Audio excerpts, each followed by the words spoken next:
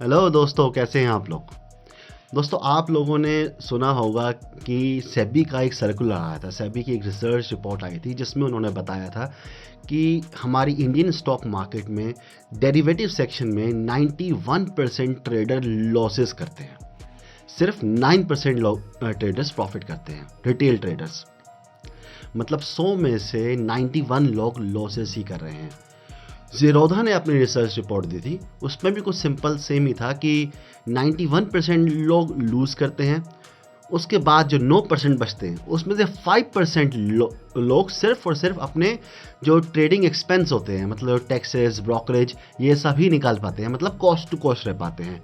बाकी बचे 4% में से 3% लोग मुश्किल से एफडी को बीट कर पाते हैं। मतलब साल भर में जितना एफडी बना के देती है रिटर्न 7% 6%, उससे थोड़ा ही ज़्यादा वो बना पाते हैं।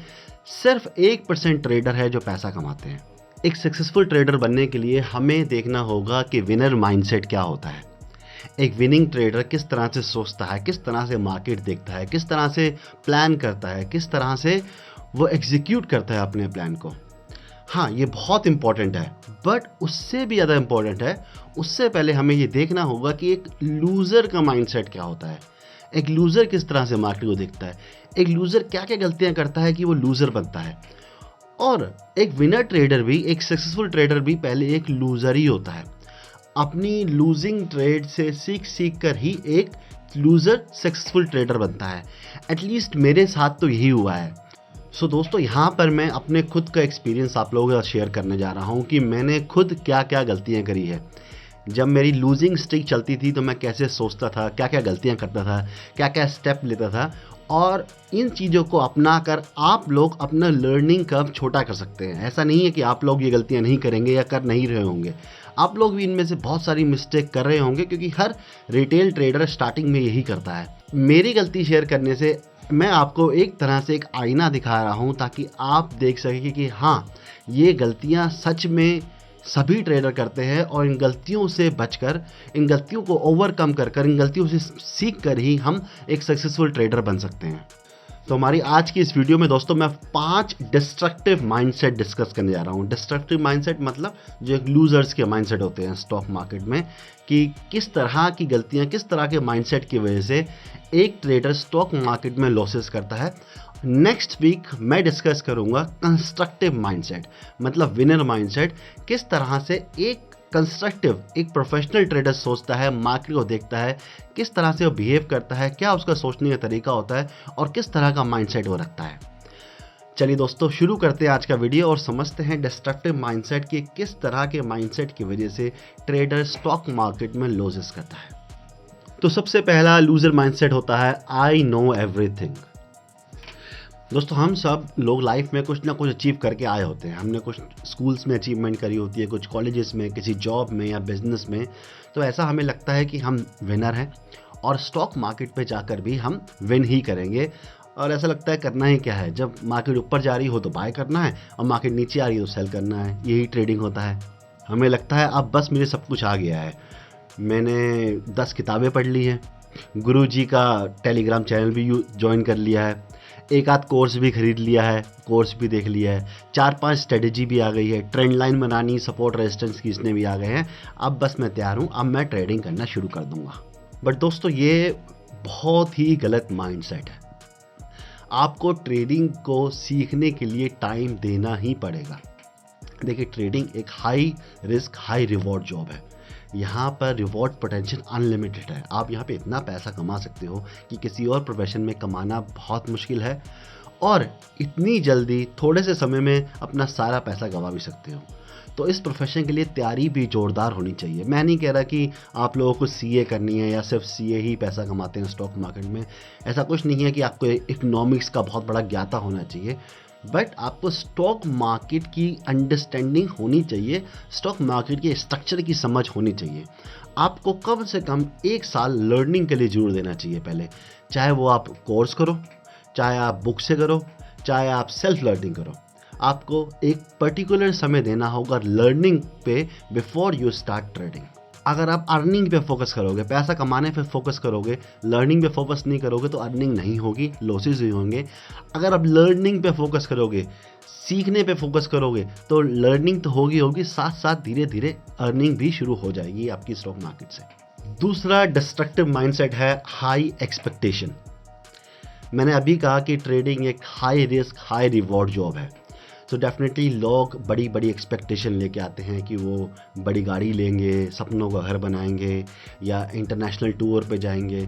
और कोई बुरी बात नहीं है, ड्रीम्स देखना कोई बुरी बात नहीं, अच्छी बात है, आपके ड्रीम बड़े होने चाहिए। बट आपकी expectation at least in the beginning stock market में ये होनी चाहिए कि आप किस तरह से अपना कैपिटल बचा पाओ।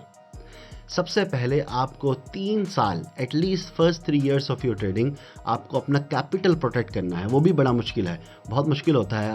ज़्यादातर लोगों के अकाउंट स्टार्टिंग में ब्लो हो जाते हैं। मैं अपना अकाउंट 2 बार खाली कर चुका हूँ स्टार्टिंग में, बहुत ज़्यादा पैसे नहीं डाले थे बट अकाउंट ज़ीरो कर चुका हूँ और तीसरी बार में जाकर मैं सेटल हुआ। तो आप लोग एटलीस्ट 3 साल तक पहले ये देख लें कि आप प्रॉफिटेबल हैं। अगर आप 3 साल में प्रॉफिटेबल हो गए हैं तब आप प्लान कर सकते हैं बड़े प्रॉफिट का, तब आप प्लान कर सकते हैं हाई एक्सपेक्टेशन का। लेकिन बिगनिंग में ही हाई एक्सपेक्टेशन रखना, स्टॉक मार्केट में उतरते ही सोचना कि मैं ये वाली गाड़ी ले लूँगा या ये बंगला ले लूँगा या फिर मेरी मंथली बड़ी इनकम स्टार्ट हो जाएगी, ये रॉन्ग एक्सपेक्टेशन है। इसके चक्कर में आप अपने ऊपर प्रेशर लोगे, छोटे छोटे प्रॉफिट लेकर भाग जाओगे और बड़े बड़े लॉस हो रहे होंगे तो बैठे रहेंगे। तो स्टॉक मार्केट में ड्रीम्स बड़े लेकर आएँ, एक्सपेक्टेशन हमेशा लिमिटेड रखें। At least for the first 3 years आपकी एक्सपेक्टेशन होनी चाहिए कि किसी तरह से मेरा कैपिटल प्रोटेक्ट रहे, मेरा कैपिटल ऐसे का ऐसा बना रहे, पैसा तो आप कमा ही लेंगे आगे जाकर। तीसरा ट्रेडिंग माइंडसेट है आई कांट बी रॉन्ग। मैं गलत नहीं हो सकता, मुझे लॉस नहीं हो सकता, मेरा सब प्लान किया हुआ था, ये स्टॉक ऊपर ही जाना चाहिए था, ये नीचे नहीं जा सकता, ये नीचे कैसे चला गया। Not accepting your losses. एक लूजिंग ट्रेडर, एक लूज़र अपनी गलती को एक्सेप्ट नहीं करता है। अगर उसे लॉस हो गया है तो लॉस के बहुत सारे रीज़न हो सकते हैं। हो सकता है कि मार्केट वॉलेटाइल है, हो सकता है कि आपकी स्ट्रेटजी प्लान में ही कोई गलती थी, हो सकता है कि ब्रोकर के ऐप में कोई ग्लिच आ गया जिसकी वजह से आपका स्टॉप लॉस हिट हो गया। तो लॉस तो स्टॉक मार्केट में सर्टेन है, इस गेम का एक पार्ट है, कभी भी हो सकता है। लेकिन उस लॉस के लिए ऐसा बदला लेना, मार्केट के ऊपर ब्लेम करना और रिवेंज ट्रेडिंग करना, मतलब अगर मैंने अभी 10,000 रुपये का लॉस किया है और वो लॉस मुझे बहुत ज़्यादा लग रहा है और उस 10,000 का लॉस करने के लिए मैंने मान लीजिए 100 क्वांटिटी ले रखी थी, अब नेक्स्ट ट्रेड में मैं 200 क्वांटिटी लूँगा ताकि वो 10,000 का लॉस तो कवर हो और मुझे प्रॉफिट भी हो। मैं गारंटी के साथ कह रहा हूँ कि अगली ट्रेड में उस ट्रेडर को दुगना लॉस होने वाला है। और इसी रिवेंज ट्रेडिंग के चक्कर में एक ट्रेडर अपना अकाउंट ज़ीरो कर देता है, सारे पैसे ख़त्म कर लेता है, दोस्तों से उधार ले लेता है, बैंक से लोन ले लेता है। अभी रिसेंटली मैंने कुछ न्यूज़ पढ़ी है कि कुछ ट्रेडर्स ने आत्महत्या कर ली क्योंकि उन्होंने बैंक से मोटा लोन ले लिया था ट्रेडिंग करने के लिए और वो सारा पैसा उन्होंने ज़ीरो कर दिया था। और ज़्यादातर पैसा ज़ीरो होता है रिवेंज ट्रेडिंग की वजह से। अगर आपका लॉस हो गया है उसे आप एक्सेप्ट कर रुक जाएं, शांत हो जाएं, कंप्यूटर बंद कर दें, उस दिन के लिए ट्रेडिंग छोड़ दें और जब मार्केट ख़त्म हो तो देखें कि आपसे क्या गलती हुई थी, आपकी गलती थी या मार्केट वॉलेटाइल थी या कोई और प्रॉब्लम थी, उसको चेक करें और नेक्स्ट डे की ट्रेडिंग के लिए प्लान करें। तो आपका अकाउंट एटलीस्ट ज़ीरो नहीं होगा। और अगर ऐसा आप रिपीटेडली करते रहेंगे तो धीरे धीरे आप सीख जाएंगे कि किस तरह से ट्रेड करना है। लॉस सबको होता है, ऐसा कोई दुनिया में ट्रेडर पैदा नहीं हुआ, चाहे जिसके पास बड़ा पैसा हो या छोटा पैसा हो, उसे लॉस ना होता हो। लॉस सबको लेना पड़ता है, लॉस को एक्सेप्ट करना पड़ता है। जब तक आप लॉस को एक्सेप्ट नहीं करेंगे तब तक प्रॉफिट आपको एक्सेप्ट नहीं करेगा, मार्केट आपको एक्सेप्ट नहीं करेगी। नेक्स्ट डिस्ट्रक्टिव माइंडसेट होता है FOMO, fear of missing out. ये मेरे हाथ से चला ना जाए। देखिए, अगर आपने इस प्लान किया है कि आपने कोई स्टॉक 100 रुपये का लेना है और 90 रुपये पे स्टॉप लॉस लगाना है और किसी वजह से आप 100 रुपये पे उसमें एंट्री नहीं कर पाए, चाहे वो आपकी नज़र में नहीं आया, चाहे ऐसा हुआ कि मार्केट ही गैप अप खुल गई, सीधा स्टॉक खुल गया 110 रुपये पर, तब आपको फोमो होगा, फियर ऑफ मिसिंग आउट, कि यार ये तो निकल गया, अब मैं ले नहीं पाया, अब यहाँ से और ऊपर चला जाएगा, मैं रह जाऊँगा, और आप खरीद लोगे। लेकिन आपका प्लान ख़राब हो गया। वहाँ पर आपने 100 रुपये पे लेना था, 90 रुपये का स्टॉप लॉस लगाना था, मतलब 10 रुपये का आपका लॉस था उसके अंदर। अब आप 110 रुपये पे ले रहे हो, स्टॉप लॉस कहाँ लगाओगे? 90 रुपये पे, तो 20 रुपये का डबल वो लॉस हो जाएगा आपको। 100 रुपये पे लगाओगे तो जैसे ही 100 रुपये पे आएगा आपको लॉस लेना पड़ेगा, लेकिन आपने प्लान किया था कि मैं 100 रुपये पे एंट्री करूँगा। तो ये होता है fear of missing out, FOMO, जहाँ पर हम जल्दबाजी में ट्रेड ले लेते हैं कि हमसे ये हाथ से ना निकल जाए। लेकिन ये याद रखिए, अगर किसी स्टॉक में, किसी ऑप्शन में, किसी में भी बड़ा मूव हो चुका है और आप तब जाके एंट्री कर रहे हैं, तो मतलब आप पार्टी ख़त्म होने के बाद पार्टी में पहुंच रहे हैं। अब आपको कुछ खाने पीने को नहीं मिलेगा, बिल पे करना पड़ेगा। मार्केट में अपॉर्चुनिटी कभी ख़त्म नहीं होती है, मार्केट में हमेशा अपॉर्चुनिटी रहती है। शुरू शुरू में मुझे लगता था कि यार स्टॉक इतना ज़्यादा निकल गया, अरे आज निफ्टी इतना मूव कर गया, मैं एंट्री नहीं कर पाया, मैं ट्रेड नहीं ले पाया, और नेक्स्ट डे मैं बड़ी बड़ी क्वांटिटी में ट्रेड लेता था। लेकिन एक्चुअली भी मूव हो चुका है, अब मार्केट को कंसोलिडेट करना है, उस टाइम रुकना है, और मैं गलत जगह पे एंट्री कर रहा हूँ। 2-3-4 दिन बाद दोबारा मूव आएगा, दोबारा बड़ा मूव आएगा, और इस पर शायद उससे बड़ा मूव आया जितना पिछली बार आया था। मार्केट धीरे धीरे एक्सपेंड हो रही है। जो 7,000-8,000 का निफ्टी था, आज 20,000 के आसपास पहुंच चुका है। मतलब मार्केट एक्सपेंड हो रही है। जहां पहले 100-200 पॉइंट का मूव बड़ा होता था, आगे चल के 400-500 पॉइंट का मूव भी होने लगेगा। तो मार्केट ने बड़े मूव देने ही हैं। आप कभी स्टॉक मार्केट में कुछ मिस नहीं करते। एक्चुअली में अपॉर्चुनिटी आने वाली है, आपने कुछ मिस नहीं किया। जो मिस किया वो चला गया, वो पास्ट है। Always look for the future, market is always forward looking. So आप देखो कि आने वाली अपॉर्चुनिटी में आपसे मिस ना हो, जो मिस हो चुका है उसको छोड़ दो। आज का हमारा लास्ट डिस्ट्रक्टिव माइंडसेट होता है डिपेंडिंग ऑन अदर्स। आप किसी का टेलीग्राम चैनल ज्वाइन कर लेते हो, हाँ जी, आप वेट कर रहे हो, अब वो टेलीग्राम चैनल पे बंदे ने चार्ट डाला कि यहाँ से ब्रेकआउट होगा, आपने एंट्री करनी है, और आप एंट्री कर लोगे वहाँ पे। आप न्यूज़ पे बैठे हुए हो कि कोई ये मेरा फेवरेट न्यूज़ एंकर है, ये बताएगा कि मुझे कहाँ खरीदना है, कहाँ बेचना है। आप किसी दोस्त वगैरह से टिप ले रहे हो, किसी और ट्रेडर को फॉलो कर रहे हो यूट्यूब वगैरह पे, या किसी के साथ लाइव ट्रेडिंग कर रहे हो कि कोई वहाँ पे बैठा हुआ है trend line, support, resistance mark करके, और आपको बताएगा अब एंट्री कर लो, अब एग्जिट कर लो। दोस्तों, ये शायद शॉर्ट टर्म में कुछ ट्रेड में आपका पैसा बना के दे दे, लेकिन अगर आप डिपेंड होगे दूसरों पे, सोचोगे कोई और आके आपकी हेल्प कर देगा, कोई और आके आपको ट्रेडिंग करा देगा, या किसी न्यूज़ पे या टेलीग्राम की वजह से आप सक्सेसफुल ट्रेडर बन जाओगे, सो आप मिस्टेक कर रहे हो। क्या कभी देखा है किसी डॉक्टर को या लॉयर को या किसी और प्रोफेशनल को कि वो डिपेंड है दूसरों पर, कि कोई और लॉयर डिपेंड है, कोई और आके उसको केस जिता देगा, या डॉक्टर किसी और पे डिपेंड करता है, कोई और आके उसके बिहाफ पे सर्जरी कर देगा, या कोई और खड़ा होके ऑपरेशन थिएटर में उसको सर्जरी के लिए बता देगा? नहीं, ये सब प्रोफेशनल्स तैयार होते हैं अपने टास्क के लिए। तो आपको अपनी टास्क के लिए खुद तैयार होना है, खुद अपने ट्रेडिंग डिसीजन लेने हैं। उसके बाद आप गलत हो या सही हो, ये आपके ऊपर है। वो फिर आप एनालाइज करो आप क्यों गलत हो और क्यों सही हो। गलत कर रहे हो तो सीखो कैसे सही कर सकते हो, सही कर रहे हो तो उसे और इम्प्रूव करने की कोशिश करो। But do not stay dependent on other to anyone.